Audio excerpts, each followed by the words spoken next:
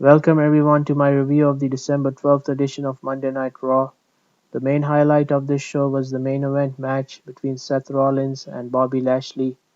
In the main event, Seth Rollins defeated Bobby Lashley via pinfall to become the number one contender for the United States Championship. So Lashley had the Hurt Lock locked in when Rollins knocked the referee Chad Patton from the ring. The referee was quite slow to get back into the ring after Lashley hit a spear, and shortly thereafter Rollins countered another spear into a pedigree to win the match. So after the match, Lashley was quite furious and he accidentally knocked out a referee. So this was the second consecutive week Lashley has attacked a WWE official. So Adam Pearce appeared and confronted Lashley, reminding him that he said last week that another such incident would result in repercussions for Lashley. Lashley then shoved Pearce and Pearce responded by firing Lashley as the show went off the air. So my opinion on this segment is that Lashley shouldn't have lost in this match. I feel Bobby should be booked as strong as possible because I'm pretty sure that he will be facing Brock Lesnar soon, maybe at the Royal Rumble or even at WrestleMania 39. Losing to Rollins doesn't do him any favors here, and he loses all the momentum that he gained in the last couple of weeks. So I will now just quickly go through the other matches and segments that took place during this episode. So Chad Gable faced AJ Styles, and AJ Styles defeated him after hitting a Styles Clash. I think Alpha Academy has been in a losing streak as of late. I think they are currently one of the most entertaining acts in both shows, and I feel they should be booked a lot stronger. They are extremely talented in both the ring as well as on the microphone.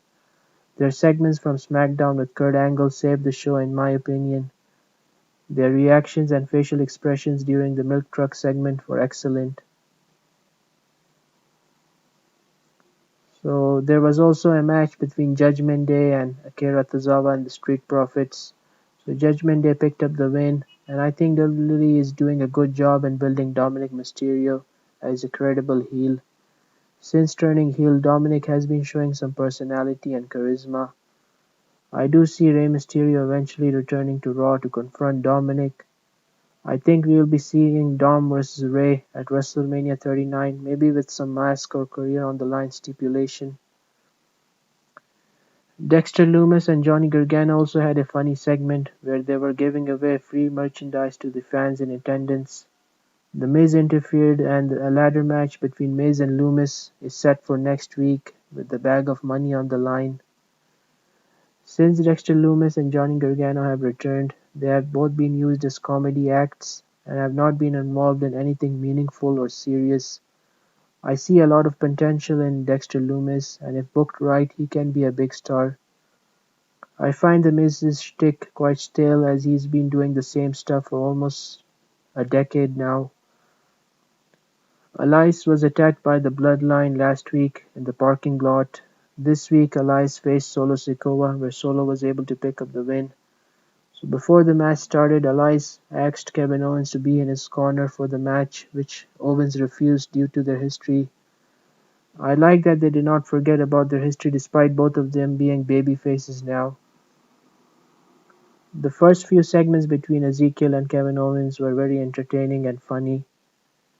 So during the match between Elias and Solo, Kevin Owens did a run-in to chase Solo, Sikoa and Sami Zayn off as they executed a post-match attack. Elias tried to thank Owens but was on the receiving end of a stunner. So this was a fun match and segment. I like Solo Sikoa and he reminds me of Umaga and also Samoa Joe a bit. He is also someone with huge potential, and I think he's going to play an important part in the downfall of Roman Reigns and the Bloodline.